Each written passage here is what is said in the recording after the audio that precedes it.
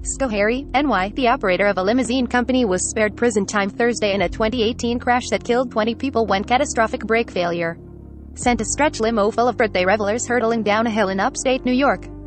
Loved ones of the dead excoriated Nauman Hussein, 31, as he sat quietly at the defense table during a hearing that was held in a high school gymnasium to provide for social distancing among the many relatives, friends and media members attending. Hussein, who operated Prestige Limousine, had originally been charged with 20 counts each of criminally negligent homicide and second-degree manslaughter in what was the deadliest U.S. transportation disaster in a decade. But under an agreement for Hussein to plead guilty only to the homicide counts and spare families the uncertainties and emotional toll of a trial, he faces 5 years of probation and 1,000 hours of community service. His case had been delayed by the coronavirus pandemic.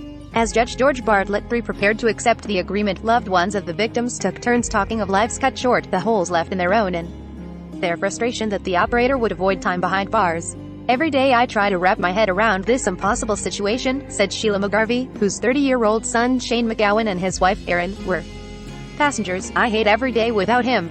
She wished, she said, that a fraction of any money Hussein spent on lawyers would have been spent to fix the limo's brakes.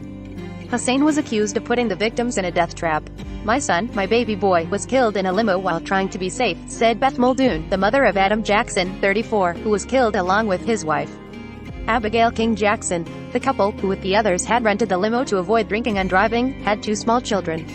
Muldoon lamented the holidays and life milestones the parents will miss. One spectator left the hearing, cursing and shouting, "He killed 20 people," before apologizing to the judge on her way out. Hussein sat quietly as parents talked about their smothering grief and anger. Defense attorney Joseph Tacopina said his client accepts responsibility for his actions and cried as the relatives spoke. Hussein did not answer reporters' questions after the court proceeding. Under the deal, Hussein will be formally sentenced after an interim probation of 2 years. The judge noted that Hussein's guilty plea could be used to avoid any lawsuits. On October 6, 2018, Axel Steenberg of Amsterdam, 30 miles west of Albany, rented the 2001 Ford Excursion limousine for the 30th birthday of his new wife, Amy. The party group, ranging in age from 24 to 34, included Axel's brother, Amy's 3 sisters and 2 of their husbands, and close friends. En route to Brewery Omegang, south of Cooperstown, the limo's brakes failed on a downhill stretch of State Route 30 in Schoharie, west of Albany. The vehicle blew through a stop sign at AT intersection at over 100 miles per hour and crashed into a small ravine near a popular country store. 17 family members and friends were killed, along with the driver and 2 bystanders outside the store. 2018, operator of limo in fatal NY crash arrested, charged with criminally negligent homicide. October 10, 201,801, Schoharie County District Attorney Susan Mallory's office has said Hussein allowed passengers to ride in the limo despite having received multiple notices of violations from the state and having been told repairs were inadequate. State police said the vehicle should have been taken out of service because of brake problems identified in an inspection a month before the crash. But complications were highlighted in the plea agreement.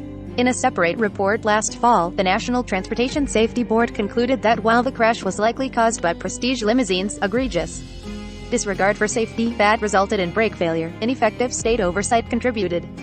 Prosecutors and Hussein's lawyers said the plea agreement assured a resolution in a case that would have faced an uncertain outcome if presented to a jury. Lee Kindlen, an attorney for Hussein, has said his client tried to maintain the limousine and relied on what he was told by state officials in a repair shop that inspected it. According to the plea agreement, Hussein had the 2001 vehicle serviced at a Mavis discount tire store multiple times in the 2 years before the crash, including twice for brake repairs. The same shop also inspected the limousine, rather than the State Department of Transportation as required, the document. A telephone message left with Mavis Discount Tire's corporate headquarters in Millwood, New York, was not immediately returned. Prestige repeatedly changed the listed number of seats and took other steps to skirt safety regulations, according to documents released by the NTSB. The Safety Board said last fall that the State Department of Transportation knew of Prestige's out-of-service violations and lack of operating authority, and that the State Department of Motor Vehicles failed to properly register the limousine, allowing Prestige to circumvent safety regulations and inspection. In February 2020, former Governor Andrew Cuomo signed limousine safety bills inspired by the upstate crash and one in 2015 on Long Island that killed 4. One law requires safety belts, and another requires drivers of limos carrying 9 or more passengers to have a passenger-endorsed commercial driver's